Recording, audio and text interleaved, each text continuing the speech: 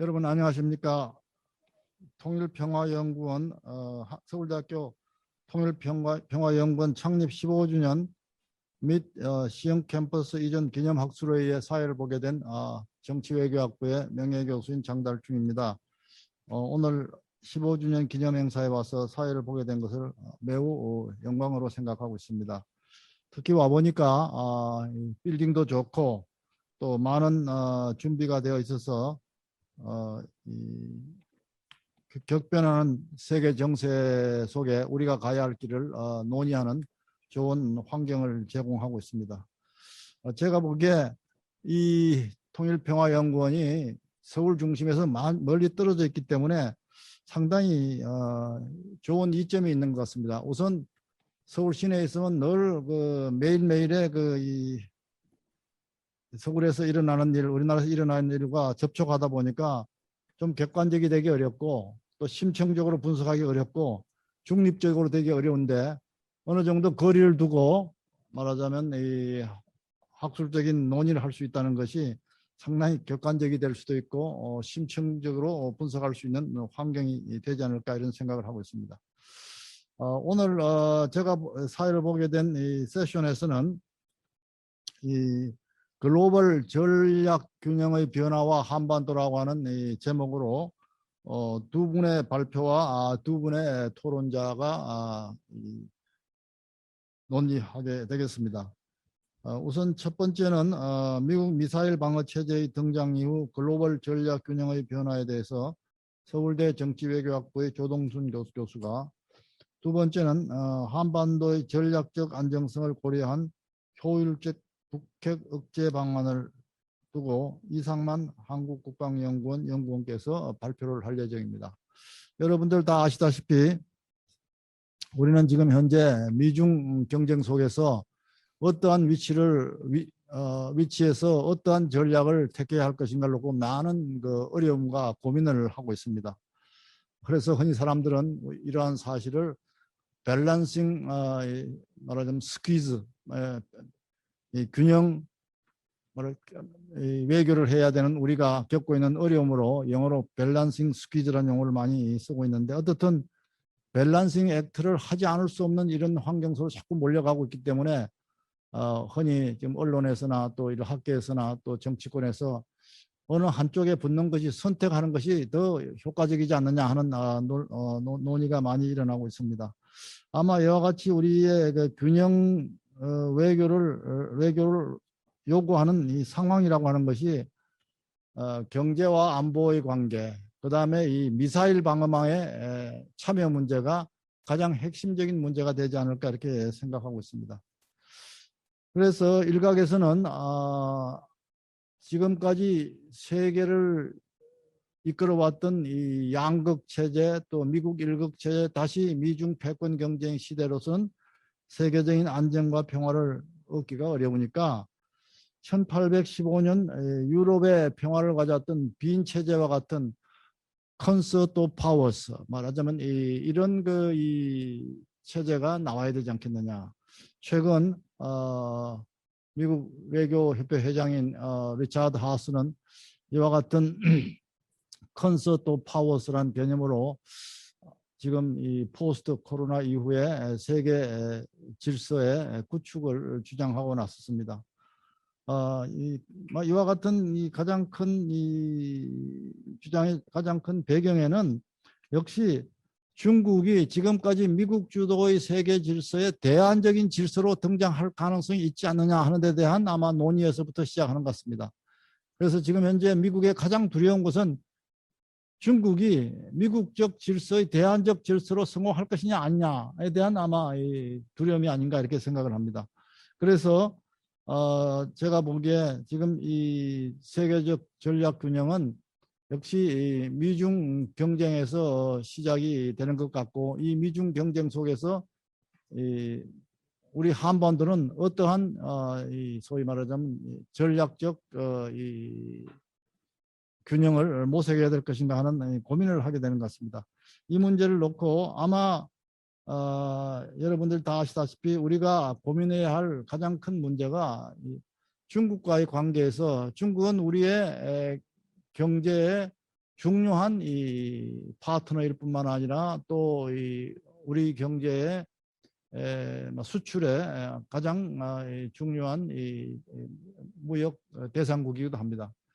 중국과의 경제 관계를 유지하면서 안보를 어떻게 할 것이냐 하는 문제가 이제 미국이냐 중국이냐를 놓고 우리 국내에 많은 논쟁이 일어나고 있습니다. 그래서 미국과의 안보 관계를 강조하다 보면은 중국과의 경제 관계에 손상이 생기고 또 중국과의 경제 관계 때문에 중국에 붙다 보면은 지금까지 한미 동맹이라고 하는 것이 상당히 위태로워질 수 있다고 하는 이런 우려들이 지금 전개되고 있는 것이 우리 현실입니다. 그 다음에 우리뿐만 아니라 일본도 마찬가지입니다만 어렵게 하는 것이 미국이 추진하고 있는 미사일 방어망 체제에 과연 우리가 어떻게 참여해야 할 것이냐 하는 문제가 아주 우리 변하는 전략 환경 속에서 우리의 선택을 어렵게 하는 문제가 아닐까 생각합니다.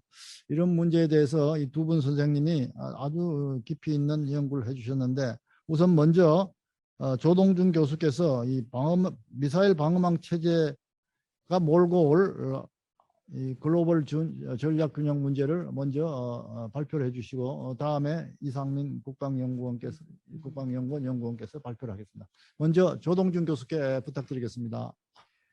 네, 선생님 감사합니다. 서울대학교 통일평화연구원 15주년 창립 15주년을 축하합니다. 되게 좋은 자리고 그리고 은사님 그리고 같은 동료를 건강한 모습으로 뵙게 되어 정말 기쁩니다. 먼저 사과 말씀을 드리게 되었습니다. 제가 그 학계에서 요구하는 기준을 충족하지 못했습니다.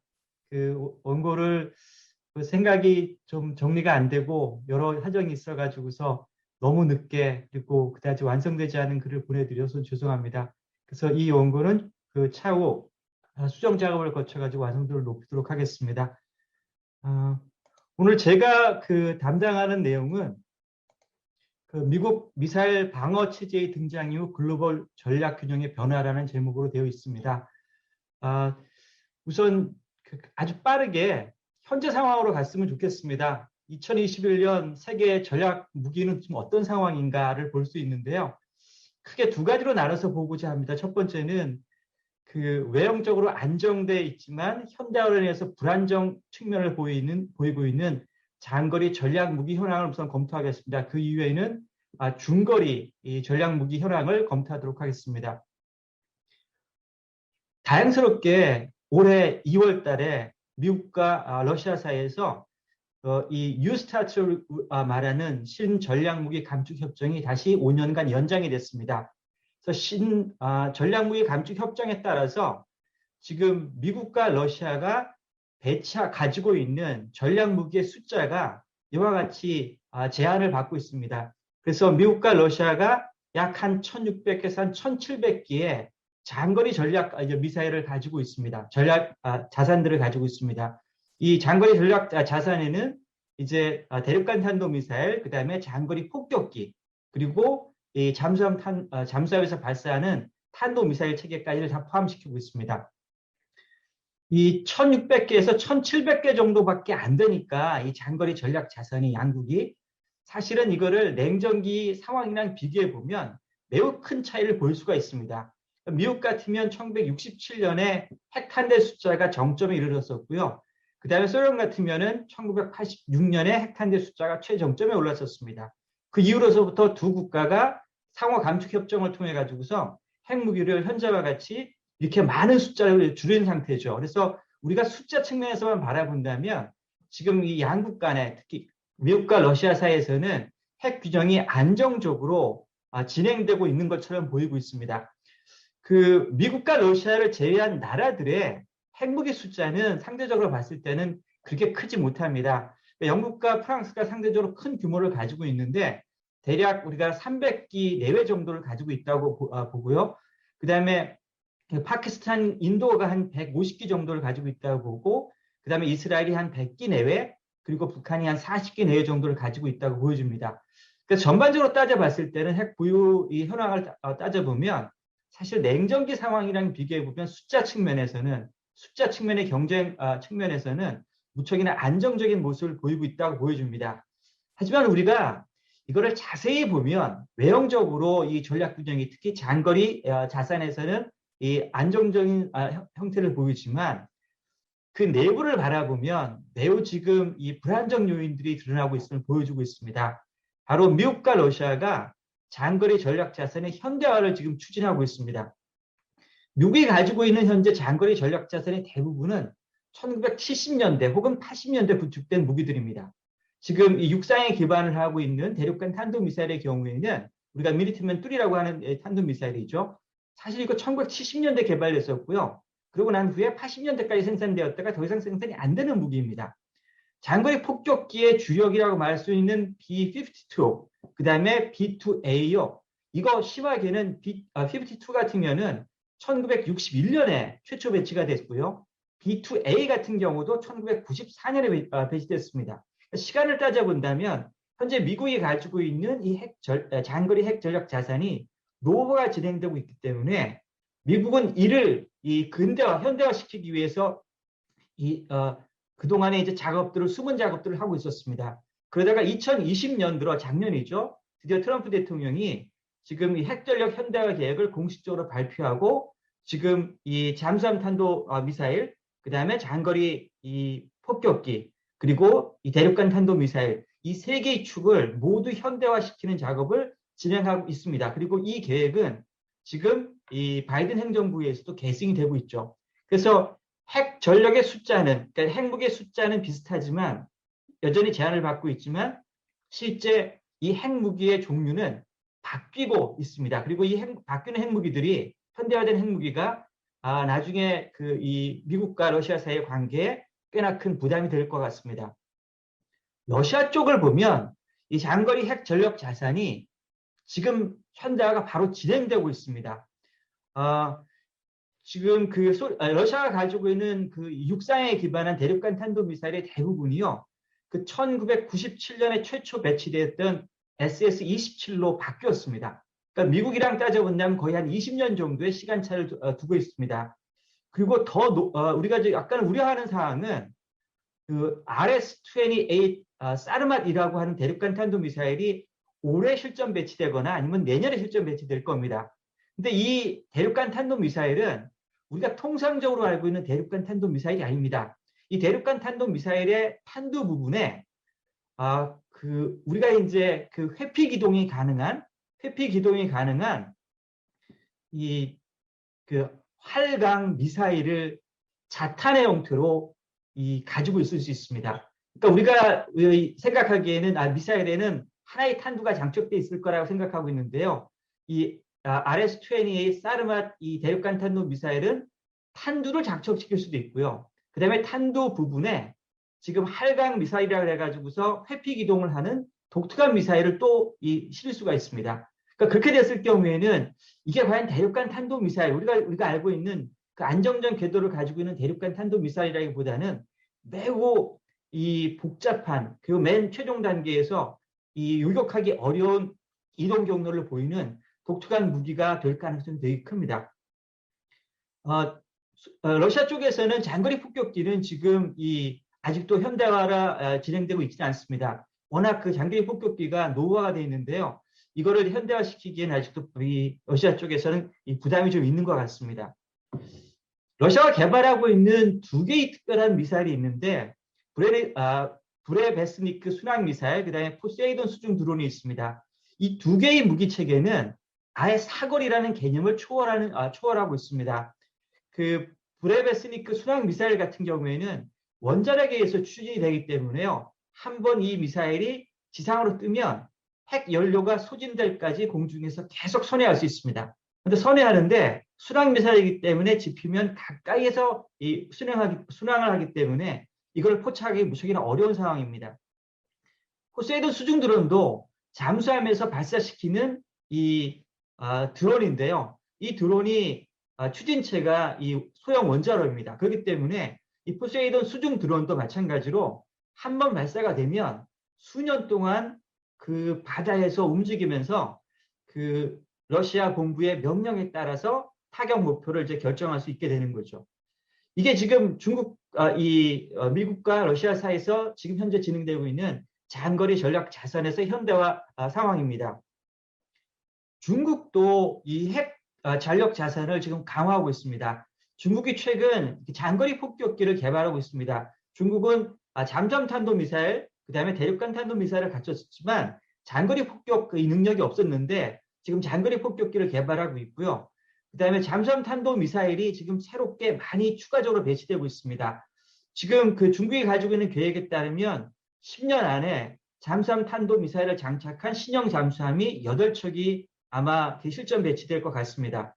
그리고 미국 측에서 나오는 정보에 따를 것 같으면 지금 중국 내에서도 대륙간 탄도미사일의 숫자를 지금 증가시켜 가지고서 현재 한 260기로 추정되고 있는데 아마 10년 안에 400에서 한 500기 정도로 나갈 것 같다라고 보고 있습니다. 조금 더 큰 변화는 중국의 핵 태세가 좀 바뀌고 있습니다. 중국의 과거에는 다른 나라가 공격하면, 그러니까 중국은 기본적으로 다른 나라가 핵 공격을 하지 않는 한 먼저 핵 공격을 하지 않는다라는 원칙을 가지고 있었는데 요즘 중국의 핵 태세가 피격 후 대응 발사에서 피격 경보 즉시 발사. 이게 무슨 얘기냐면 상대방이 나를 핵무기를 공격한다고 하는 이 경보가 포착이 되면 나도 핵무기를 쏠 수 있는 그런 형태로 바뀌고 있는 징후가 보이고 있습니다.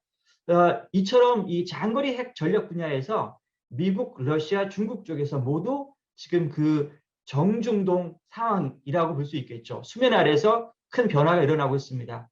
수면 위에서는 순항미사일 중거리 핵 전력 분야에서 아주 치열하게 경쟁이 일어나고 있습니다. 2019년에 공식적으로 중거리 핵 전력 조약이 폐기됐습니다. 이 조약이 폐기됨에 따라 이제 미국과 러시아는 사거리 500km에서 한 5,500km 그 사이에 있는 이 중거리 미사일들을 지금 이제 개발할 수 있게 된 거죠. 근데 공식적으로는 중거리 핵전력 조약이 2019년에 폐기됐지만 실제 미국과 러시아는 이 조약이 발효되고 있는 상황에서도 여전히 중거리 미사일을 개발하고 있었습니다.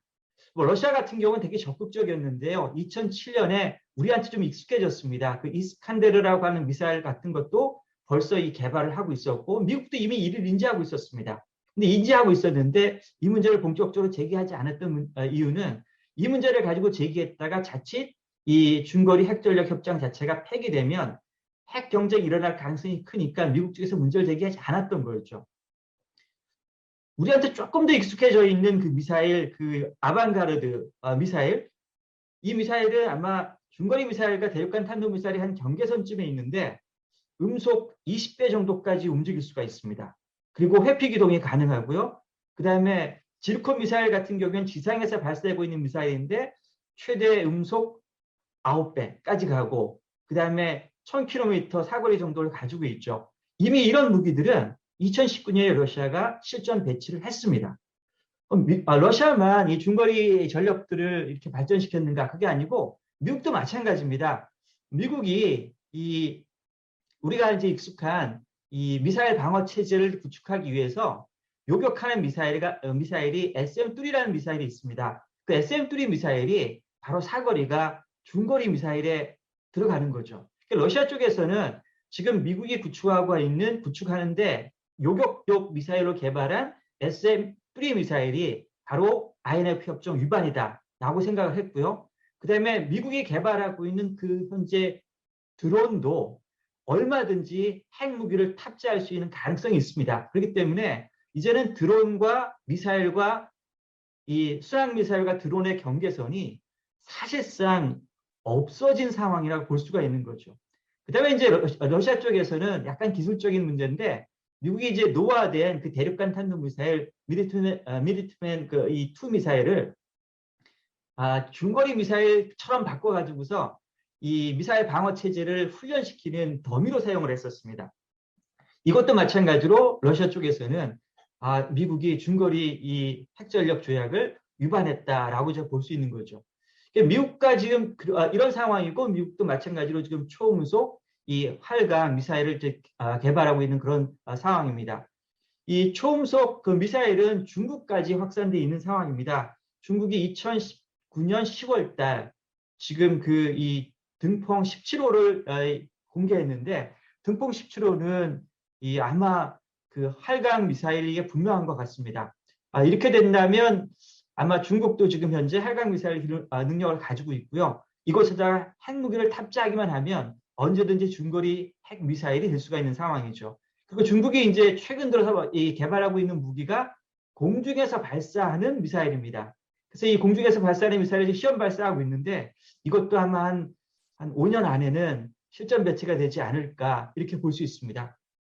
그러니까 정리해 보면 사실은 현재 뉴스타트 조약이 5년 연장이 되었다라고 하는 긍정적 사인 이외에 모든 영역에서 지금 이 미국, 중국, 러시아 사이에서 전략무기 경쟁이 지구가 보이는 게 확실합니다. 특히 순항 미사일, 중거리 전략 분야에서는 아마 지금 위기가, 그러니까 이 징후가, 군비 경쟁의 징후가 이렇게 보이고 있는 것 같습니다. 그러면 지금 현재 진행되고 있는 세계 전략 균형 그 위기, 징후는 어디서부터 왔을까? 그러니까 이거에 대한 답을 찾기 위해서는 기존의 국제정치학 내에서 핵무기가 어떤 역량을 가져오는가에 관련돼서 꽤 많은 생각들이 있습니다. 그러니까 우리한테 가장 익숙한 핵무기에 관련된 이 생각은 핵신화라고 우리가 이름을 부르고 있습니다. 그러니까 핵무기의 파괴력이 워낙 크기 때문에 핵무기를 가진 자한테 워낙 유리한 결과를 가져온다. 그래서 핵무기를 가진 사람한테는 웬만해서는 전쟁을 하지 못한다. 라고 하는 이제 하나의 핵신화, 우리한테 가장 익숙한 방식입니다. 그렇기 때문에 아마 우리도 핵무기를 많이 가져야 된다. 이런 생각들로 가 있는 것 같거든요. 근데 사실 이 핵신화는 그다지 경험적으로 맞지는 않는 것 같습니다. 실제 핵무기를 가진 국가한테 도전하는 국가도 꽤 많고요. 그 다음에 핵무기를 가졌다고 하더라도 실제 전장에서 반드시 이긴다는 확률이 그렇게 높지는 않습니다. 약간 역설적이지만 그냥 통계 자료만 바라보면 핵무기를 가진 국가와 핵무기를 가지지 않은 국가가 실제 이 전면전을 벌이지 않고 그냥 그 국지전 같은 걸 벌이면 핵무기를 가지지 않은 국가가 승리하는 확률이 더 높습니다. 그러니까 그 이유는 이제 핵무기를 가진 국가가 전력을 다 투여하지 않기 때문에 그런 결과가 나오지만 현실적 경험적 세계에서 보면 그런 일들이 발생하고 있습니다.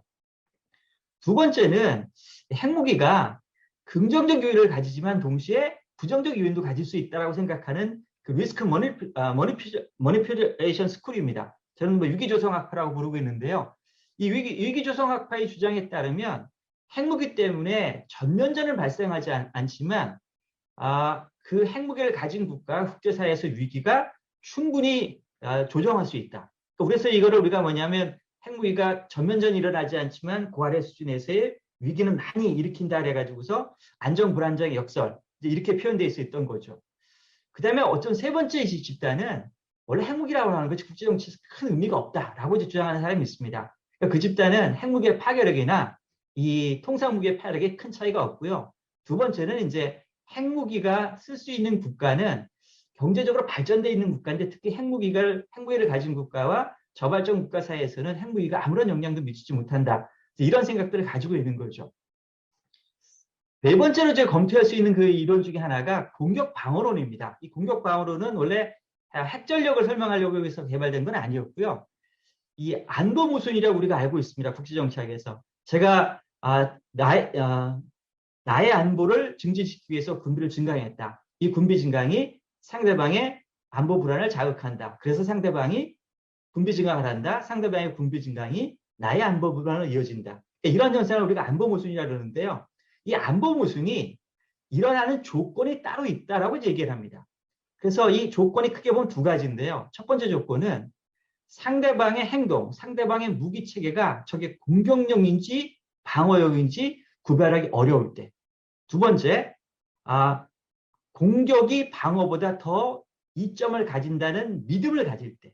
그때 이 안보 모순이 일어날 위험이 무척이나 크다. 반면에 이제 공격과 수비를 구별할 수 있고 공격보다는 방어가 좀 더 유리하다라는 믿음을 가지게 되면 이 안보 모순이 일어날 가능성이 거의 없다라고 이제 보는 거죠. 이 공격 방어론은 지금 핵 균형에 관련돼 가지고서 흥미로운 이제 함의를 주고 있었던 거죠. 미국과 소련 사이에서, 미국과 러시아 사이에서 꽤나 오랫동안에 걸쳐 가지고서 안정적인 핵 전력이 유지되고 있었습니다. 그러니까 두 국가 사이에서는 그 상호 확증 파괴 상황에 기반해 가지고서 그 두려움 때문에 핵전쟁의 두려움 때문에 실제로 전쟁을 하지 않는 그 상태가 꽤나 오랫동안 유지되어 있었던 거죠. 근데 지금 이 공격 방어로는 미국과 러시아, 미국과 소련 사이에 유지되었던 핵 안정이, 핵 균형이 기술적 조건 때문에 바꿔질 수 있다는 걸 염두에 두고 있는 거죠. 만약 공격용 무기가 도입되거나 두 번째, 선제 공격이 더 유리하다라는 생각이 더 강해지면 언제든지 미국과 러시아 사이에서 지속되었던 핵 균형이 깨질 수 있다. 그렇기 때문에 냉전기에 유지되었던 바로 미국과 러시아, 미국과 소련 사이의 핵 안정이 핵무기를 가진 국가에서 보편적으로 나타나는 현상이 아니라 매우 특수한 조건에서 일어나고 있다라고 우리가 이제 여러 가지 주장이 있는데 저는 현재 상황을 이해하는데 가장 유리한, 가장 이제 적시성을 가지고 있는 이론 체계는 공격 방어론이라고 저는 생각이 듭니다. 지금 그 미국과 소련의 냉전기의 핵 균형은 기본적으로 두 가지 조건에 기반을 두고 있었던 거죠. 그러니까 첫 번째는 상호학적 파괴 상태에 놓였던 겁니다. 그러니까 양국이 핵무기가 워낙 많이 가지고 있기 때문에 그 핵무기가 상대방을 충분히 전멸시킬 수 있다라는 그런 믿음, 그런 상태였기 때문에 이게 첫 번째 가능했었고요. 그리고 나서 특별히 이걸 기술적으로 눈여겨봐야 될 부분이 경보 즉시 발사 상태라는 게 있거든요. 그러니까 상대방이 핵무기를 쏜다. 그걸 보고 난 후에 내가 대응해 쏠 수 있다. 이 능력을 갖춘 게 미국 같은 건 조악한 형태로 갖춘 게 1960년대 그리고 나서 1970년대 갖췄고요. 소련은 이게 1980년대 이 능력을 갖췄습니다. 그러니까 이 경보 즉시 발사 상태를 이 능력을 갖추면서 양 국가가 이제 이 핵무기 숫자를 줄일 만한 충분한 유인책이 돼 있었던 거죠. 그러니까 두 번째는 양국이 이 탄도탄 요격 미사일 규제 조약, 우리가 ABM 트위티라고 하는 겁니다. 이 조약을 맺어가지고요, 상대방이 스스로 다른 나라의 핵 공격에 자기의 방어막을 해제시키는 그런 조약을 맺었습니다. 이미 이 탄도탄 요격 미사일 체제는 1960년대 미국 같은 경우에는 제한적으로 개발됐습니다. 그러니까 그 당시에 미국이 걱정했던 것은 여기 이제 아주 소중한 전략 자산, 전략 핵무기가 있는데 이 무기가 공격당할 가능성이 크니까 이 무기를 보호하기 위해서 그 주변에다가 이 요격 시스템을 갖췄던 거죠. 근데 이 요격 시스템이 처음에는 전략 무기를 이 방어하기 위해서 만들어졌지만 이게 발전이 이루어지면 이게 어쩌면 미사일 방어막 형태로 이 발전될 가능성이 컸죠. 만약 미사일 방어막으로 발전되면 양국 사이에서 다시 군비 경쟁이 일어날 것 같으니까 미국과 러시아 사이에서는 그냥 합의를 했던 겁니다. 이제 우리는 이 탄도탄 요격 미사일 체제를 구축하지 말자라고 약속을 했던 거죠. 근데 이 약속이 2002년으로 드디어 끝이 난 겁니다. 2002년 끝이 나면서 그 냉전기에 유지되고 있었던 그 핵 균형의 그 조건이 사실상 그 무척이나 위태로워졌던 그런 상황이었던 거죠. 이 상황에 이제 두 가지 이 요인이 더 추가적으로 들어오는데 첫 번째가 미국이 가지고 있는 정밀 타격 능력의 향상입니다. 그러니까 미국은 지난 한 40년 동안에 걸쳐가지고서 핵 전력을 강화시키기보다는 정밀 타격 능력을 강화시키는 데 초점을 맞췄습니다. 특히 1차 걸프 전쟁 그리고 2차 걸프 전쟁에서 인공위성을 통해 가지고서 상대방의 위치를 탐지하고 목표를 정하고 그다음에 이 유도 무기를 통해서 정확히 원하는 지점을 타격할 수 있는 능력을 갖추면서 우리한테 익숙한 그 외과 수술적 공격이죠. 외과 수술적 타격 능력을 갖추면서 이게 미국한테는 민간인 피해를 줄이고 그다음에 그 전쟁이 가지고 있는 피해를 줄일 수 있다는 긍정적 효과가 있었지만 다른 나라의 입장에서는 미국이 가지고 있는 저 정밀 타격 능력이 나의 핵 자산을 공격하면 어떻게 될까? 지금 특히 러시아 입장에서는 핵 자산의 숫자가 많이 줄어들었거든요. 미국과 러시아 사이 합의에 의해서. 그래서 내가 가지고 있는 소규모의 핵 자산을 만약 미국이 통상 무기를 활용해서 정밀 타격해버린다면 나는 어떻게 될까? 이거에 대한 두려움이 더 큰 거죠. 뿐만 아니라 미국뿐만 아니라 중국 핵무기 숫자가 그렇게 많지 않습니다. 이런 나라들도 마찬가지로 내가 가지고 있는 이 소규모 핵무기를 미국이 정밀 타격할 수 있게 된다면 내가 핵무기를 쓰지도 못하고 당해버릴 위험성이 있는 거죠. 그러다 보니까 미국의 정밀 타격 능력이 바로 핵무기를 소수 가지고 있는 국가들한테는 안보 불안으로 이어졌던 겁니다. 가장 결정적 사건은 2002년에 있었던 바로 탄도탄 요격 미사일 규제 체제가 이제 탈피한 거죠. 그러면서 미국이 미사일 방어막을 이제 만든 겁니다. 미사일 방어막을 만들면 미국의 입장에서는 다른 나라에서 날아오는 미사일을 요격할 수 있지만 다른 나라의 입장에서는 미국의 핵 공격에 노출되는 이제 그런 결과를 초래할 수밖에 없게 되는 거죠. 그러다 보니까 다른 나라들은 미국이 만든 이 거대한 돈이 들어가는 미사일 방어 체제를 만들기에 직접 따라가기보다는 이 미사일 방어 체제를 회피하거나 무력화시킬 수 있는 무기 체제를 발전시킨 거죠. 2018년 3월 달에 푸틴 대통령이 무적의 핵무기라 그러면서 5개를 소개했습니다. 이 무적의 핵무기가 모두 공통적인 특징들을 가지고 있는데 미국의 미사일 방어 체제를 무력화시킬 수 있는 무기 체제인 거죠. 그래서 미국이 이 미사일 방어 체제를 발전시키는 동안에 러시아는 이 미국의 방패인 미사일 방어 체제를 무력화시킬 수 있는 창을 발전시키고 있었던 겁니다. 조 교수님 마무리 좀 해주시겠습니까? 예, 거의 끝나고 있습니다. 네. 예, 이 결국 가서는 이 공격 방어론이 지적한 핵 균형의 불안정 조건이 결국 미러 관계에서 이 현실화됐다고 이제 보는 거죠. 그 냉전기에 있었던 꽤 오랫동안 지속되었던 핵 균형은 정말 냉전기에 있었던 독특한 기술적 조건 때문에 가능했던 일이지 이게 기술이 발전하면서 미국이 공격 기술이 발전하고 또한 미사일 방어 체제를 구축하면서 이 핵 균형이 불안정하게 되고 이 불안정해지니까 결국 가서는 이 러시아도 그다음에 중국도 핵 능력을 이제 발전시키고 있는 그런 국면입니다. 지금 미국과 러시아 그리고 미국과 중국 사이에서 진행되고 있는 그 전략무기 경쟁의 지구가 한반도에도 영향을 미치고 있습니다. 바로 북한이 발사 준비 상태의 핵무기를 유지하려고 노력하고 있습니다. 그러니까 핵무기를 대부분 국가는 이제 발사 준비 상태로 가려면 탐지서부터 한 15분, 어떤 경우는 한 30분 정도 걸리는데요. 그게 이제 발사 준비 상태라고 말을 하고 있습니다. 북한도 마찬가지로 자기가 가지고 있는 소규모 핵 전력 자산이 미국의 정밀 타격으로부터 대상이 된다라고 생각하게 되니까 자기가 가지고 있는 소규모 핵 전력 자산의 군사적 효능을 높이기 위해 가지고서 지금 기술적으로 되게 무리하게 지금 핵무기를 발사 준비 상태로 논의하고 있습니다. 2020년에 북한의 지금 이 노동당 중앙군사위원회가 바로 이 발사 준비 상태의 핵무기로 어떻게 유지할 수 있을까를 논의하고 있고요. 그다음에 이것도 북한 쪽에 아마 이 영향을 줘가지고서 북한도 핵무기를 활용하는 방향 쪽으로 가고 있는 것 같습니다. 이상입니다. 감사합니다. 예, 감사합니다. 조동윤 교수님.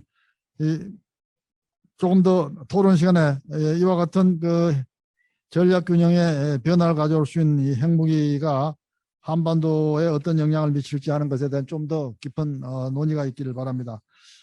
다음으로 두 번째는 우리 국방연구원의 이상민 연구원께서 이 한반도의 전략적 안정성을 고려한 효율적 북핵 억제 방안입니다. 군사적 차원에서 깊이 있는 페이퍼를 준비하셨는데 이상민 박사님 어디 나오셨습니까? 네, 안녕하세요. 잘 들리시나요? 들리십니까? 네, 잘 들립니다. 네. 네, 감사합니다. 예, 반갑습니다. 제가 오랜만에 이런 자리에서 발표를 하게 되었는데요. 저는 국방연구원의 이상민 현역 연구위원입니다. 이제 육군의 이제 대령진이고요. 연구원에서는 한 7년 정도 북핵 문제 등을 연구하고 있습니다. 그래서 오늘은 한반도의 전략적 안정성을 고려한 효율적 북핵 억제 방안이라는 제목으로 말씀을 좀 드리려고 합니다. 최근에 북한이 8차 당대회나 그 이후에 전술 유도무기 관련된 이제 시험 발사 등을 진행을 하고 있는데요. 그런 것들을 어떻게 우리가 바라보고 억제할 것인지에 대해서 제 개인적인 생각을 의견을 말씀을 드리고 이거는 언론에 앞서서 저희 기관이나 국방부 입장하고는 관련이 없다는 점을 말씀을 드리고 싶습니다. 먼저 이제 도입에 앞서서 문제 제기인데요.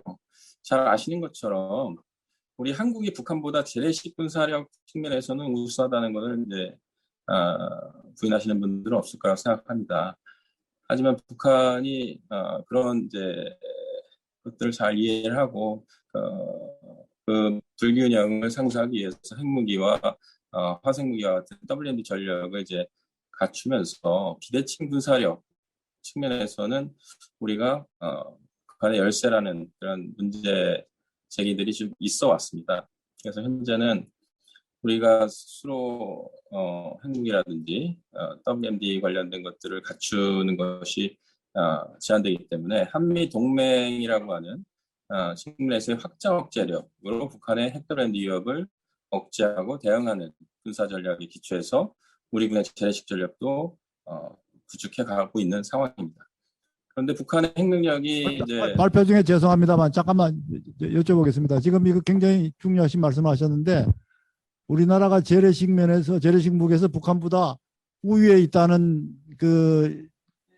뭐 정부라든가 국방 관계자들 사이에 인식이 언제부터 나타났습니까? 여태까지 계속 보면은 재래식 무기도 우리가 열세 있다고 많이 해와서 얘기를 해서 일반 국민들이 의아해했는데 이것이 공식적으로 인정된 것이 언제부터인지 간단히 좀 얘기해 주시고 시작해 주시면 고맙겠습니다. 이게 이제 제가 처음에 말씀드렸던 것처럼 공식적인 입장은 아니고요. 제 개인적인 의견이고 이걸 또 구체적으로 좀 설명하다 보면 굉장히 많은 시간이 필요할 것 같아서 그 자세한 이야기는 지금 말씀드릴 수 없고요. 죄송합니다만 제가 여기서 발표드린 내용들은 국방부나 저희 카이다에서 어떤 근거를 가지고 제시할 수 있는 그런 사항이 아니다라는 점을 다시 한번 말씀을 드리고 싶습니다. 예. 계속 하겠습니다. 그래서 우리는 이제 북한의 핵 능력이 점차 이제 고도화된다는 것을 인식하고 있기 때문에 그런 것들이 조만간 달성이 된다고 하면 대미 최소 억제력을 북한이 이제 달성할 수 있을 것이다라고 이제 평가할 수 있을 것 같고요. 그리고 우리 한반도 정부에서 사용할 수 있는 전술 핵무기를 북한이 현재 개발할 있다라고 이제 보고 있는 겁니다. 따라서 향후 한미 동맹의 확장 억제력이 이로 인해서 약화될 가능성이 있지 않을 것인가. 그리고 북한의 대남 전술 핵무기 사용 가능성이 있기 때문에 이것에 대비한 효율적인 재래식 억제 대응 방안을 마련할 필요가 있다라는 게 이제 저의 생각입니다. 그래서 먼저 이제 본론에 앞서서 새로운 군사 전략의 필요성을 이제 말씀을 드리고 그리고 한 세 가지 정도를 고려해서 우리가 군사 전략을 구축할 필요가 있겠다라는 얘기를 드리고 싶은데요. 한미 동맹의 확장 억제 전략이 작동하지 않는 상태, 이거는 가정입니다. 그런 가정 상황에서 북한의 전술 핵무기가 전력화된 최악의 상황이 도래했을 때 북한 핵을 효율적으로 억제 대응할 수 있는 군사 전략이 필요합니다.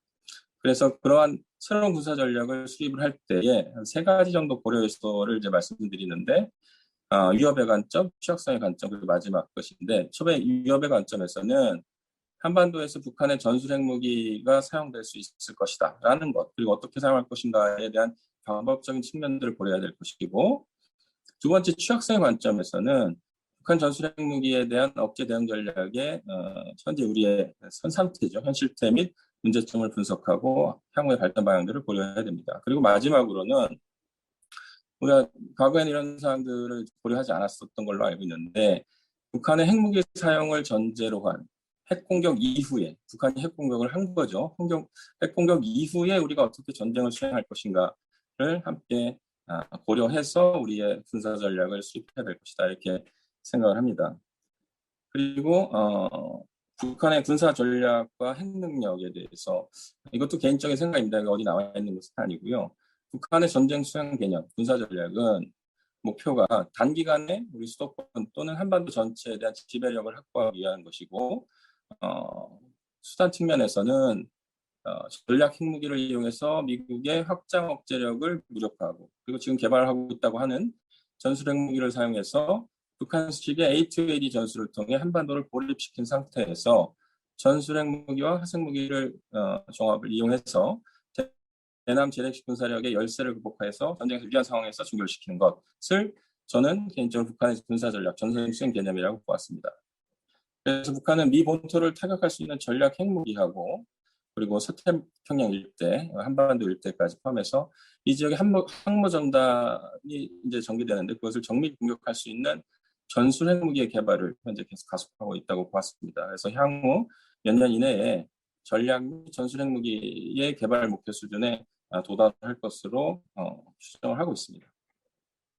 그래서 우리가 이러한 북한의 위협에 대해서는 한국형 삼축 체계라는 것을 통해서 독자적으로 또는 이제 한미연합 체계 안에서 억제 및 대응을 하고 있습니다. 그래서 기존의 것들의 한계와 발전 방향을 좀 말씀드리자면 한국형 삼축 체계가 북한의 북핵 억제와 대응의 수단으로서 개발은 되고 있습니다. 하지만 한미동맹의 확장 억제를 지원하는 역할하고 기능으로 한정되어 있습니다. 그래서 독자적인 억제와 대응력을 발휘하게 되는 것은 좀 제한된다라고 저는 평가를 하고 있고요.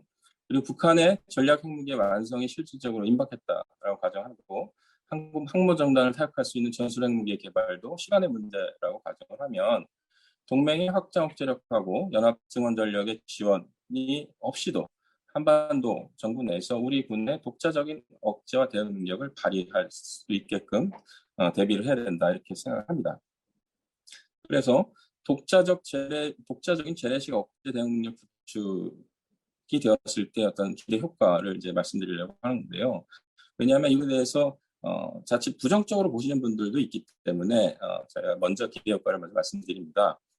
우리 군이 독자적인 재래식 억제와 대응 능력을 갖춘다고 해서 한미동맹의 확장 억제력이 약화된다거나 연합지원 전력이 감소되는 것은 아닙니다. 오히려 현재 불균형이 심화되었던 확장 억제력의 효율성, 그러니까 불균형이라고 하는 것은 이제 한미 간의 불균형을 말씀드린 건데 오히려 우리가 이제 미국에 의존적이라는 것이죠. 그런 불균형되었던 확장 억제력의 효율성을 제고하고 한미 지원 전력의 지원 효과를 높일 수 있을 것으로 기대합니다. 또한 북한으로 하여금 이제 핵능력의 완성 이후에도 한국군의 독자적 재래식 군사력에 대한 열세를 극복할 수 없게 되기 때문에 그들이 군사적 정치적 목적을 달성할 수 없다고 인식하도록 함으로써 한반도에서의 전략적 안정성을 유지할 수 있다라는 게 우리의 독자적인 군사 삼축 체계 재래식 억제 대응 능력 구축의 기대 효과의 하나라고 보았습니다. 그 다음에 기존에는 이제 핵무기가 절대 무기로서 인식이 되어 왔습니다. 그래서 어떤 재래식 무기보다도 위에 있다. 그리고 핵 공격을 받은 쪽은 전쟁 수행이 더 이상 불가능할 것이다라는 인식이 지배적이었습니다. 그러나 새롭게 정립된 여기서 말씀드리는 독자적 재래식 억제력에 기초한 군사 전략이 구현된다고 가정을 하면 북한으로부터 핵 공격을 받는다 하더라도 전쟁에서 승리를 담보할 수 있게 되어서 북한의 핵 사용을 억제하는 데 기여할 것으로 보았습니다. 다음으로는 억제 전략의 관점에서 독자적 재래식 억제 대응 방안의 이제 효과를 좀 분석을 하려고 하는데요. 억제 전략에서 크게 두 가지의 억제를 얘기를 합니다. 그래서 기존의 이제 핵 억제 전략에서 추구하는 응징 보복, 응징적 억제의 관점에서는 상대방 적국이죠. 그들이 감당할 수 없을 정도의 응징 보복을 통해서 손익계산 항상 손실이 크다라고 인식하도록 함으로써 억제를 달성할 수 있다라고 보았던 겁니다. 따라서 핵에 의한 보복이 필요한 것이죠. 그래야 이제 감당할 수 없는 응징 보복이 될 테니까 그렇기 때문에 우리처럼 비핵국가들은 확장 억제라고 하는 적극적 안전 보장이 필요했던 것입니다. 그런데 이제 핵 보유국들에 의해서 우리와 같은 비핵 국가에 대한 적극적 안전 보장의 주도권이 우리가 아닌 핵 보유국들에게 있었기 때문에 확장 억제의 신뢰성이 항상 의문이 제기되어 왔었습니다. 예를 들어서 우리도 이제 독자적인 응징 보복 전략이라고 해서 KMPR이라고 하는 대량 응징 보복 수단을 이제 갖추려고 노력을 하는데요. 여기서도 재래식 전력으로 응징 보복의 수준을 핵무기에 버금가도록 해서 억제력을 달성한다는 가정이었는데 응징 보복의 대상은 이미 이제 북한이죠. 지하 요새화된 곳에서 피해를 입지 않게 되고 오히려 그 주변에 있는 일반 주민들이 부수적 피해의 대상이 될 우려가 있습니다. 따라서 응징 보복에 의한 억제 효과는 크지 않을 것으로 보았고요. 심지어 현재 미국이 개발하고 있는 저위력 핵무기 이게 이제 장점이 부수적 피해를 줄이고 지하 시설에 대한 공격 효과가 높아졌다고 이제 홍보를 하고 있습니다만 이 보복의 효과보다는 오히려 거부적 억제의 효과가 상대적으로 클 것으로 판단합니다. 그래서 이어서 이제 거부적 억제의 관점에서 말씀을 드리자면 핵무기의 주요 투발 수단인 탄도미사일을 발사 이전 단계, 그러니까 우리가 전문 용어로 left of launch라고 표현을 하는데요. 그 단계에서 무력화시키거나 발사 이후에 공중에서 유격하는 방식으로 핵 공격의 목표 달성을 거부하는 효과를 발휘하는 게 이제 거부적 억제가 되겠습니다. 그래서 재래식 주요 수단으로는 우리의 이제 킬체인 그리고 KMD가 있는데요. 현재 이제 지하 긴급에서 대부분 운영되고 있는 북한 핵미사일 특성을 고려하면 킬체인 능력을 발휘하기가 매우 제한됩니다. 또 하나 이제 한반도의 짧은 종심 때문에 탄도 비행 시간이 한 5분 전후로 짧아서 캠드라고 생각하는데 KMD 효과도 높지 않습니다. 최근에는 북한이 미사일 유격을 회피할 목적으로 투합 기동, 편신 탄도 비행이라고 하는 것이 가능한 전술 유도 무기를 개발하고 이제 시연을 하고 있습니다. 그래서 이런 것을 이용해서 기습적으로 대량 공격, 이제 쌀부식 공격이라는 표현을 벌떼 공격이다 뭐 섞어 쓰고 이런 표현을 씁니다만 이런 대량 공격을 통해서 우리의 미사일 방어 체계의 동시기동 능력을 초과하는 방식으로 공격을 하게 될 그런 이제 능력을 갖추려고 진화하고 있다라고 보고 있습니다. 따라서 거부적 억제 영역을 확장해서 효과적인 억제와 능력을 발휘하는 것이 독자적 재래식 억제 전략의 핵심이 될 것이라고 저는 예상을 했고요. 그래서 아래 같이 이해를 돕기 위해서 좀 그림을 그려봤는데요. 기존의 킬체인과 KMD에 대해서 이걸 이제 시간적으로 어떻게 구현되는지를 보고 이 안에서 이제 좀 우리가 활용할 수 있는 시간 영역을 좀 확장해서 보자 그런 능력을 발휘할 수 있게끔 노력해보자라는 측면에서 제시를 한 겁니다. 이건 어디 나와 있는 건 아니고요. 제 개인적인 생각입니다. 그래서 기존에 이제 위에서부터 좀 설명을 좀 드리자면 이 그림을 보면서 설명을 드릴게요. 가운데 이제 런치가 있고 왼쪽으로 레프트 오브 런치, 오른쪽으로 라이트 오브 런치 이렇게 나눠져 있는데 런치를 기점으로 해서 시간 밑에 이제 시간 t를 이제 0으로 놨습니다. 그래서 우리가 킬 체인을 가동할 수 있는 그 시간적인 영역이라는 것은 저는 한 5분 전후로 봤습니다. 그래서 갱도 안에서 운영되던 북한의 탄도미사일들이 갱도 밖으로 나와서 이동하거나 발사하는 그 순간을 포착을 해서 우리가 킬체인을 운영해야 되는 것이죠.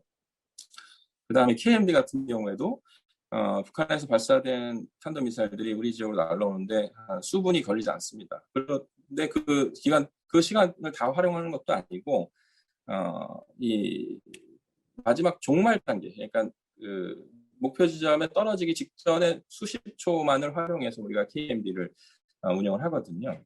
그래서 그러지 말고 이 시간들을 좀 더 확장해서 우리가 킬체인과 KMD의 효과를 좀 높이기 위해서는 좀 확장된 항공편 삼축체계가 필요하지 않겠나 이렇게 보았고요.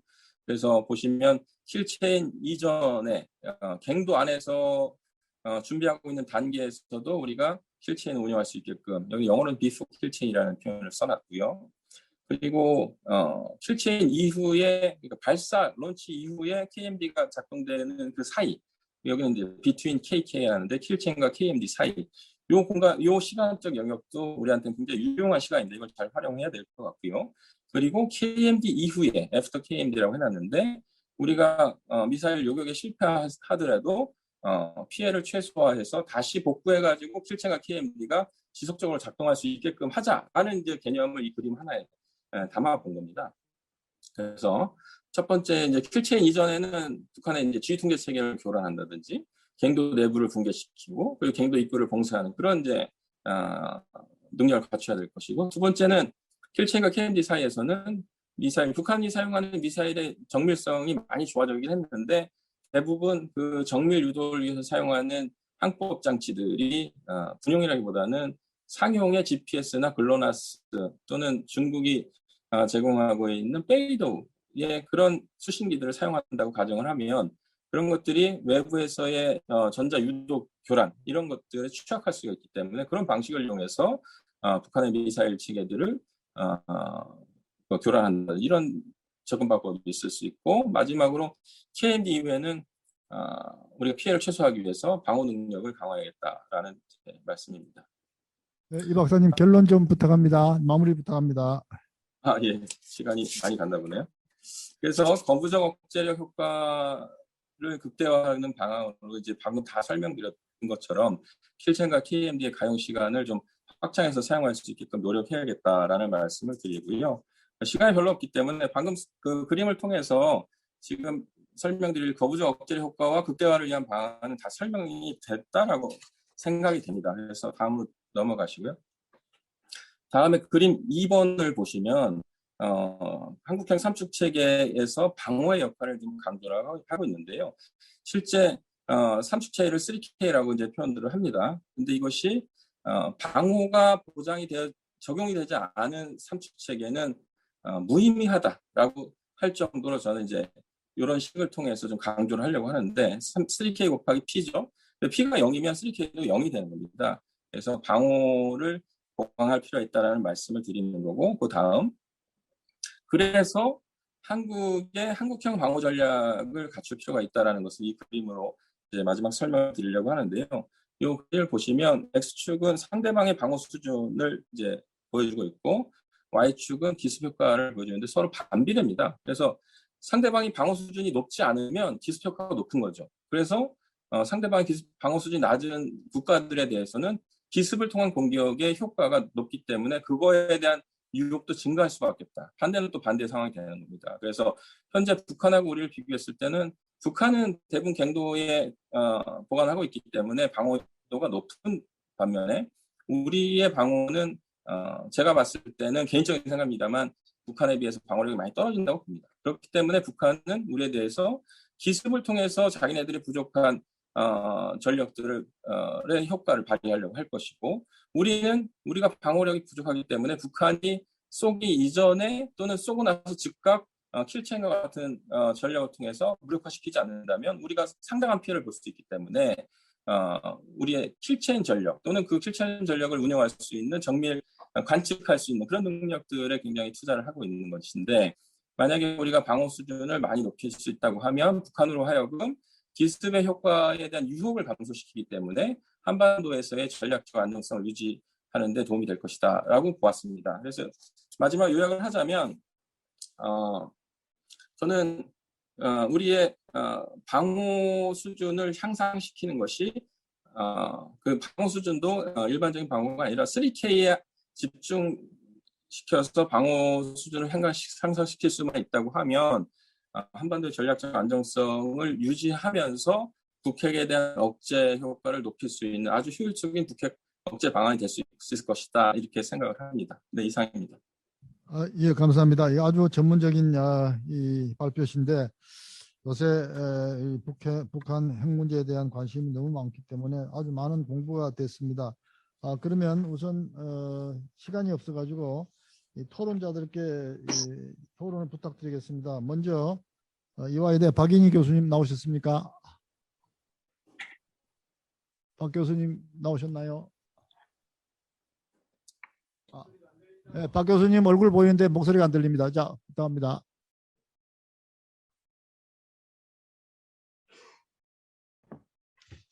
네, 교수님 오랜만에 인사드립니다. 잘 들리시죠? 예, 잘 들립니다. 예. 네. 한 7, 8분 정도 시간 가질까요? 좋습니다. 네. 네, 감사합니다. 오랜만에 장다주 교수님 뵙게 돼서 반갑고요. 또 같이 공부하는 학자들 오랜만에 화면이지만 통해서 뵙게 되어서 기쁘게 생각을 합니다. 토론에 대한 특별한 지침을 받은 건 아닌데요. 짐작컨대 조동준 교수님 발제 논문에 대해서 간단한 코멘트와 질문, 그리고 또 궁금한 부분이 있어서 이상민 교수님에 대한 논문도 아주 간단한 초보적인 제가 잘 모르는 분야에서 배우는 차원에서 질문 하나 드리는 식으로 대신하겠습니다. 뭐 늘 그렇지만 조동준 교수께서 발표해 주신 내용 제가 잘 들었고 또 많이 배우고 뭐 그런 시간이었습니다. 한 가지 조금 거시적인 제 생각 말씀드리고요. 두 가지 정도의 질문을 드릴까 합니다.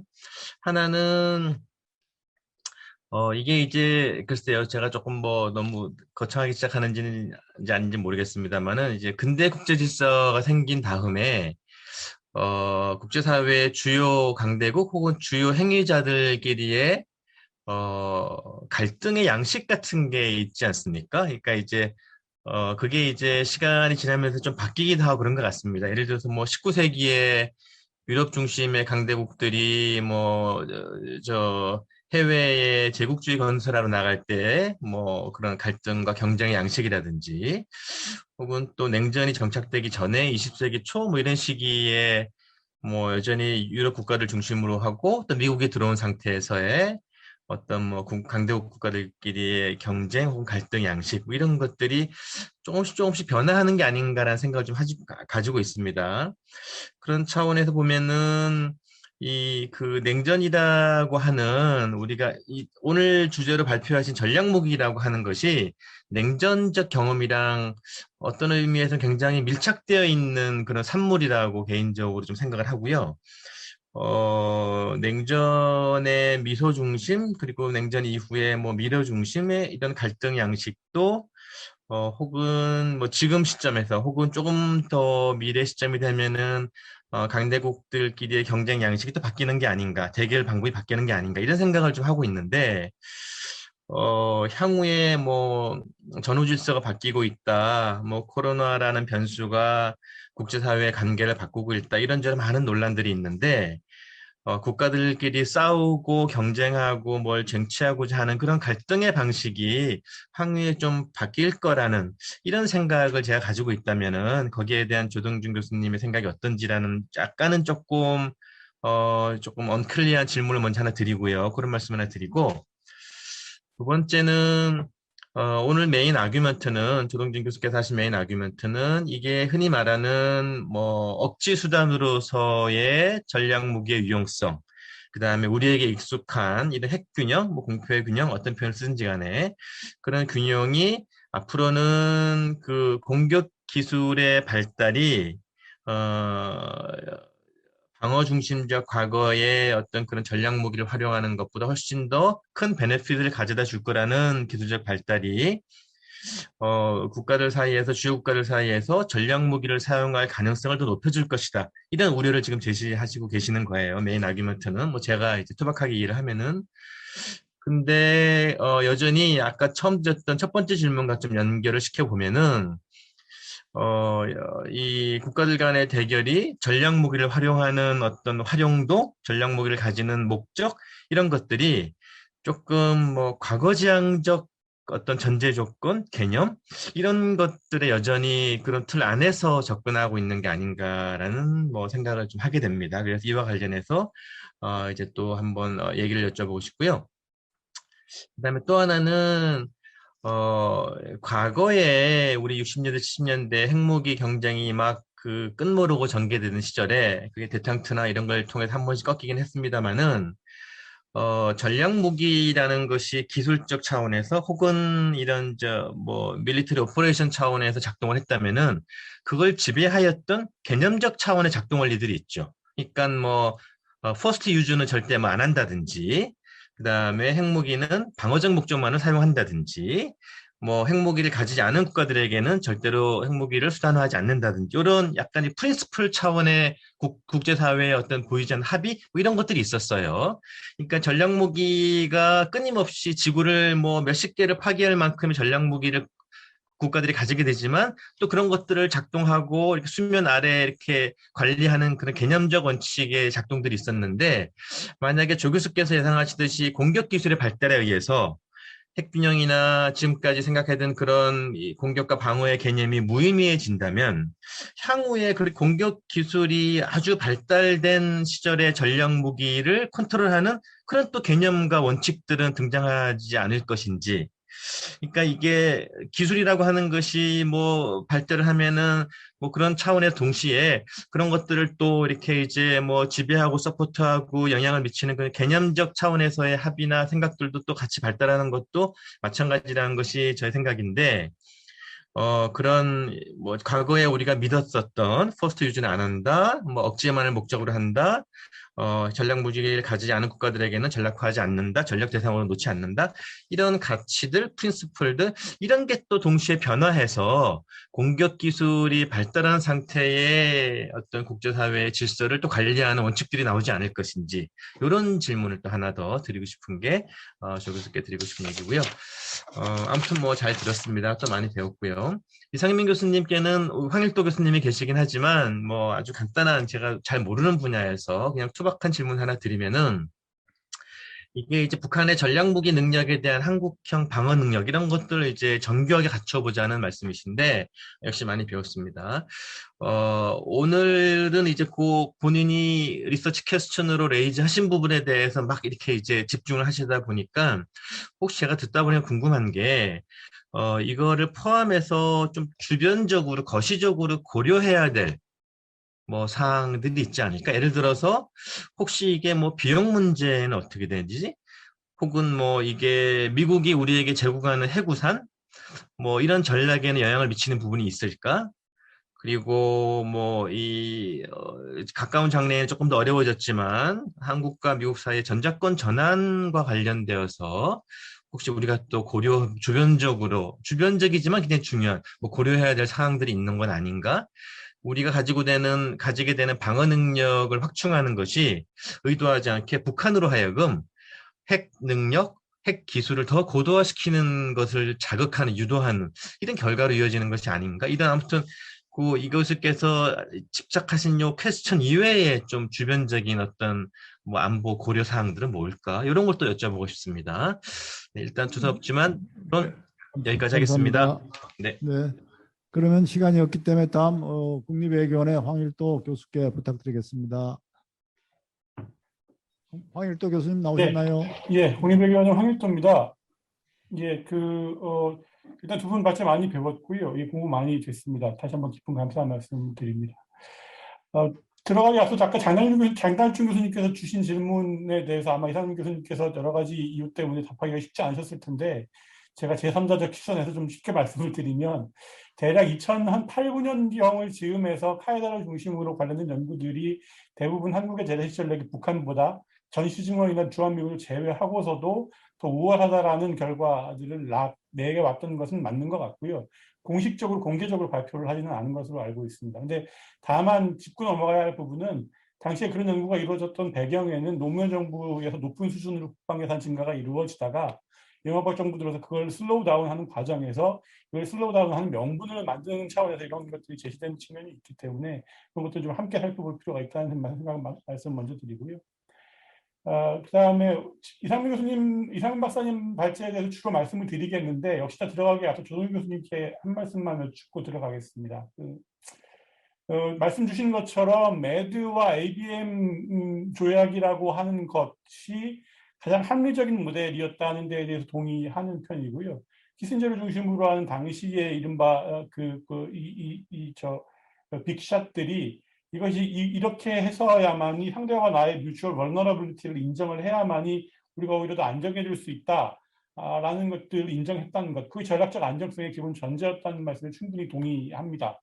다만 문제는 그러한 조경님께서 지적을 해주셨듯이 그러한 합의들이 레이건 정부의 뭐 스타워즈 계획이나 이런 이후에 다 많은 미술 디펜스 관련된 프로젝트들로 인해서 흔들리기 시작을 했고 그게 지금 우리가 보고 있는 결국은 ABM 폐기와 이로 인해서 벌어지는 전략적 안정성에 흔들리는 이런 결과일 텐데 이거가 과연 그러면 앞에 매드와 ABM 조약이 합리적인 모델이었다고 한다면 이런 식으로 정치 영역에서 튀어나온 이러한 변수들은 비합리적인 결정이었다고 봐야 하는 것일까?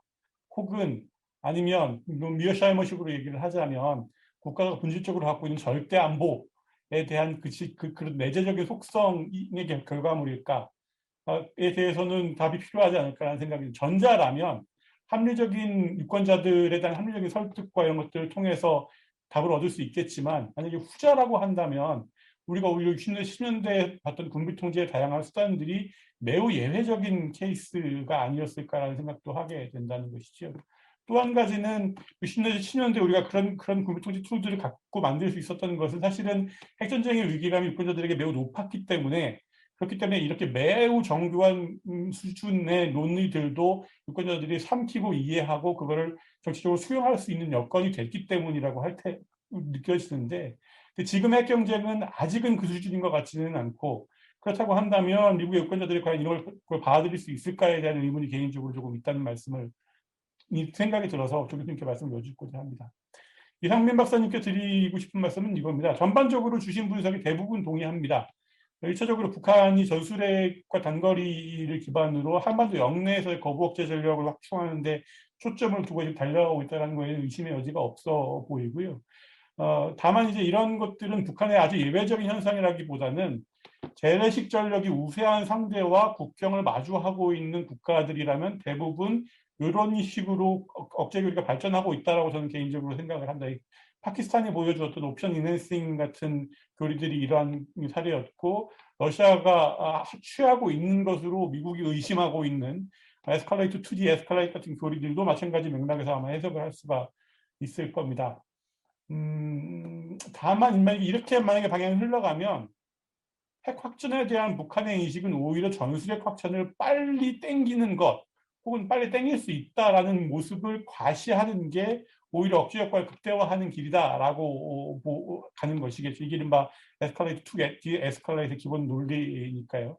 그렇다고 한다면 북한은 앞으로 갈수록 상황을 재래식 교전으로 한정하는 게 아니라 조기에 전술핵을 우리는 쓸 수 있어 라는 식으로 핵 확전을 위협하는 식으로 아마 포스처를 잡아 나가게 될 거고, 아까 조 교수님께서 말씀하신 것처럼 나우션 워닝이나 이런 격동 상태나 이런 것들이 다 이런 맥락에서 아마 나오는 표현들이라고 할 텐데, 한국의 대응 전략이 거부 억제와 응징 억제를 나뉜다고 할 때 거부 억제의 포인트를 많이 무게중심을 두게 되면 오히려 이렇게 전술핵 핵 확전을 더 인바이트한 효과가 있지 않을까라는 의구심이 있는 겁니다. 뭐 흔히들 얘기하지만 이른바 use it or lose it 딜레마라는 것이 있어서, 우리가 거부 억제 역량이 충분히 높아서 북한의 전술핵 능력을 조기에 제거할 수 있다라고 확신을 하게 되고 평양도 그걸 확신을 하게 된다면, 그럼 오히려 조기에 빨리 전술핵을 쓰는 게 평양에는 더 합리적인 결정일 수 있다라는 딜레마가 발생을 하게 되는 거죠.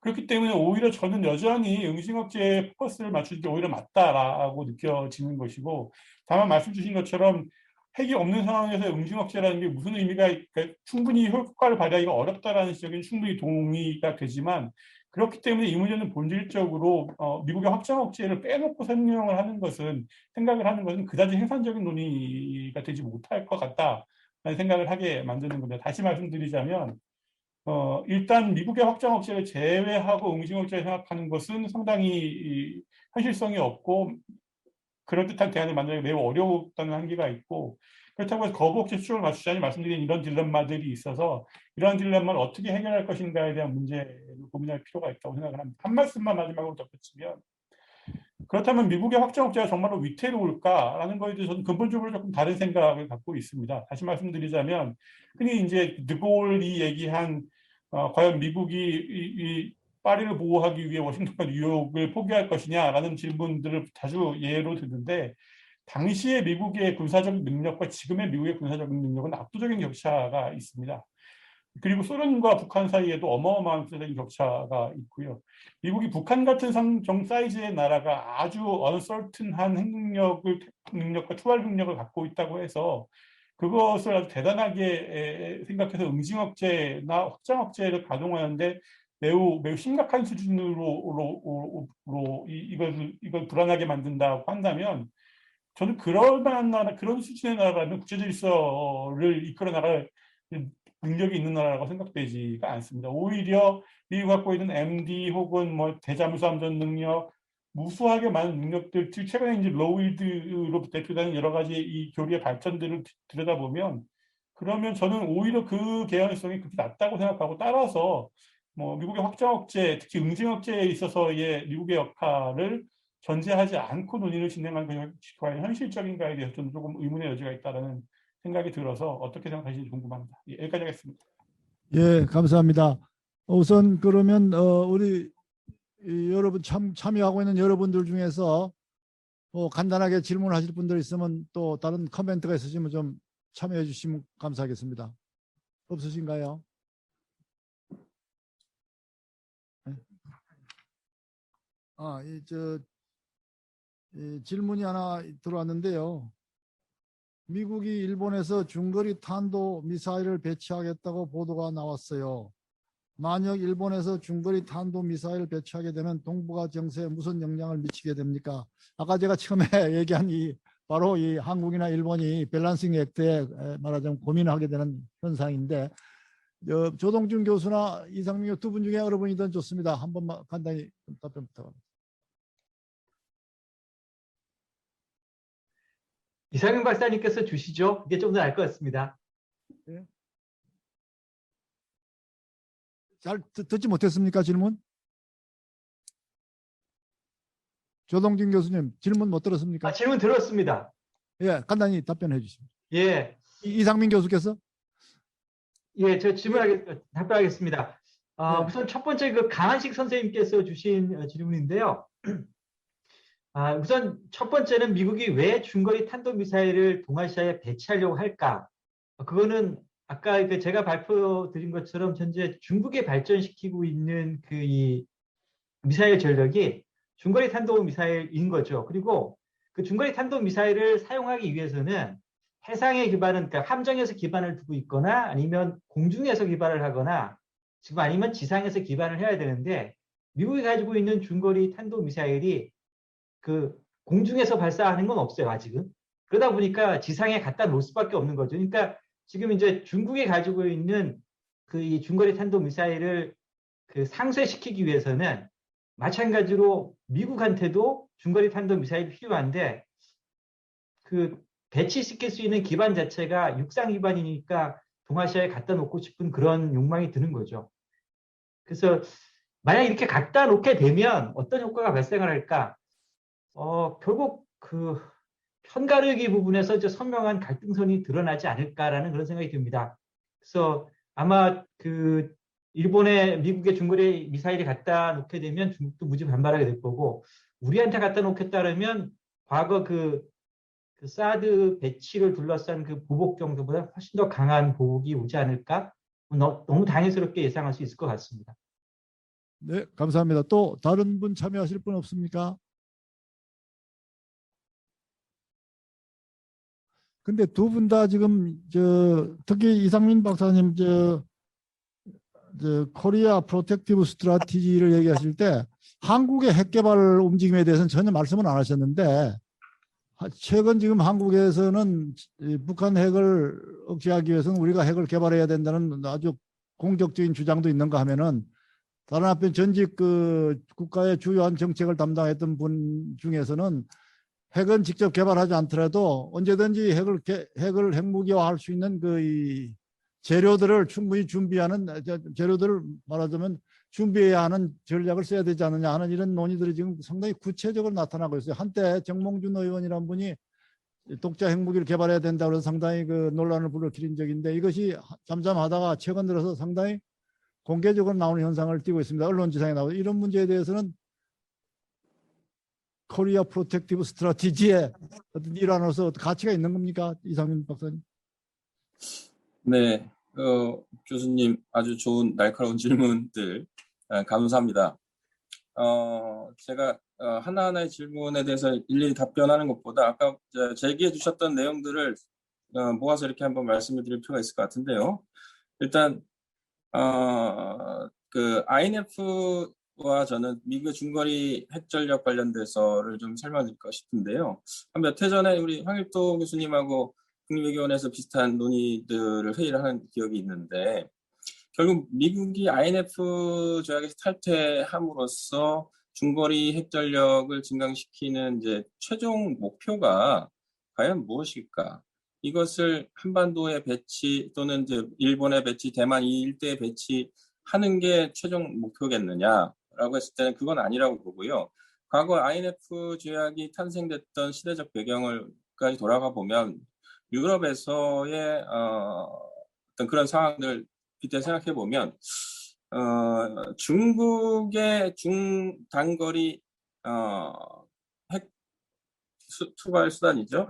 중단거리 순항 탄도미사일들을 포함을 해서 향후에 글로벌 INF라는 형태로 해서 폐기의 수순으로 갈 가능성을 이제 염두에 두고 지금 가고 있는 것이 아닌가 이런 생각이 듭니다. 왜냐하면 수년 전에 한 6, 7년 전에 물밑에서 INF에 대한 논의가 많이 이루어졌을 때 그때 미국이나 러시아나 중국에 대해서 INF에 참가해라라고 하는 이제 그런 논의가 있었습니다. 근데 중국은 당연히 거부를 했던 것이죠. 그래서 어떤 강대강으로서 중국의 중단거리 핵 투발 수단에 대응해서 미국이 그와 유사한 수단을 개발하는 그런 측면도 있지만은 장기적으로는 중국을 포함해서 글로벌 INF로 가기 위한 그런 중간 단계로 바라보는 그런 시각도 있다라는 말씀을 드리고 싶고요. 그 다음에 아까 전에 박인희 교수님께서 말씀하셨던 3K에 대한 어떤 거시적인 고려사항을 이제 질문을 주셨는데 맞습니다.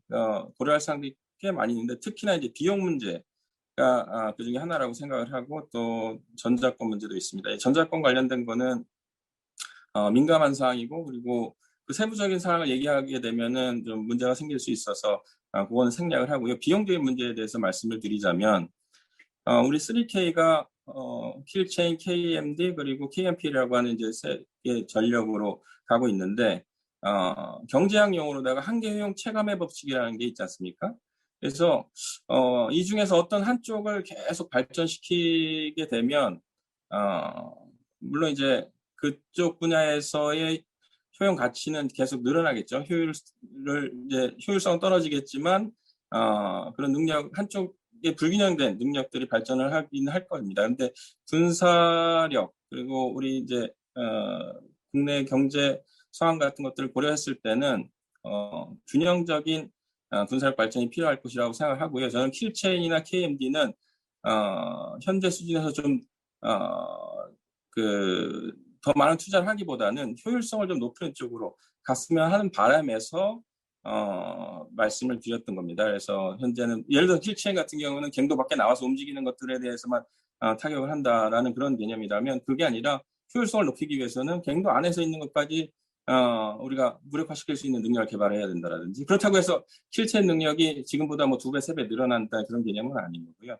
그리고 방어 측면을 제가 강조했던 거는 사실 경제적 용어 중에 한계효용 균등의 법칙이라는 것도 있습니다. 그래서 지금 방어 분야에 대해서의 한계효용이 아직 높이 올라가지 않은 상태이기 때문에 이것들을 좀 더 보완을 시켜서 균형되게 발전이 되게 되면 한계효용 균등의 법칙이라는 기준으로 봤을 때 우리 3K 전력들이 최대의 효율성을 발휘할 수 있을 것이다.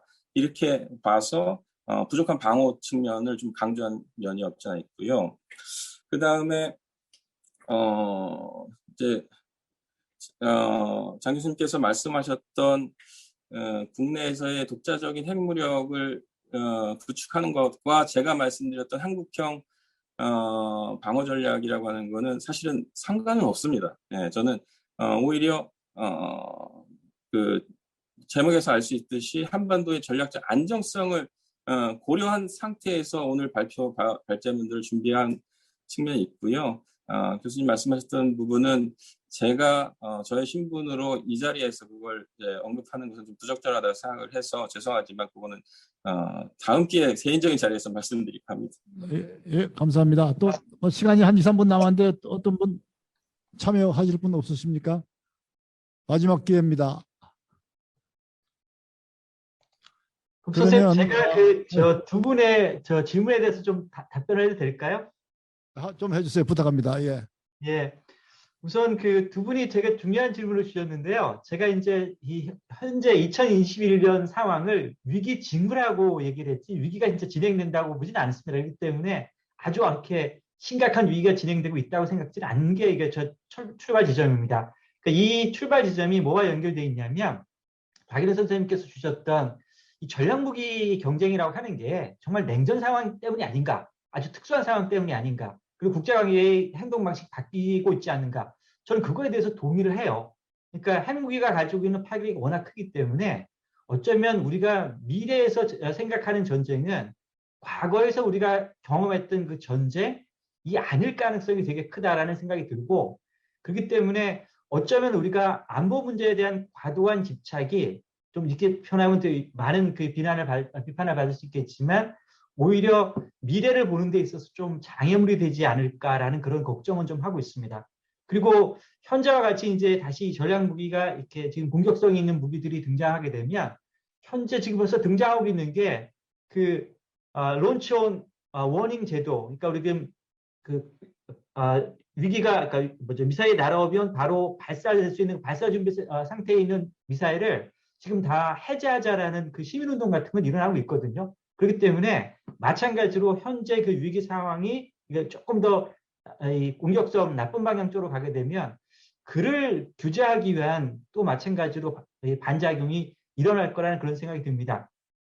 그 황교 선생님께서 주신 질문은 되게 이제 도발적인데 과연 그러면 전략 무기라고 하는 것을 가지는 게 냉전기에 그게 완전 비합리적이었는가 아니면 합리적이었는가라는 그 질문은 그 출발 지점이 그 당시에 냉전기에 사람들이 겪었던 위기를 보면서 결국 이 전략 무기가 가지고 있는 긍정성도 있고 부정성이 있었던 거죠. 그러니까 긍정성은 우리가 공포 상태를 유지하지만 소련이 정말 우리를 공격하지 않을 수 있어 라고 하는 그런 긍정적인 측면도 있고 부정적 측면은 내 마음속에 핵무기를 가진 공포 때문에 이 평화가 유지된다 받아들이기 어렵고 그다음에 우리가 또 핵무기로 인한 실수로 사고로 인한 위험이라고 있었거든요. 근데 그 당시에 이 냉전기의 사람들이 그거를 용인했던 거는 제가 봤을 때는 위기가 그 당시에 그 사람들이 느꼈던 안보 위기의 정도가 우리가 느끼는 안보 위기의 정도보다 훨씬 더 컸다고 생각이 들어요. 그러니까 지금도 이제 저는 그 시기를 차지 않은 사람이기 때문에 이런 말씀을 드리는데 처음에 그 소련이 스푸트닉 그 인공위성을 쏘아 올렸을 때 미국 사람들이 그 인공위성이 돌아가는 거를 밤에 보면서 막 울더라고요.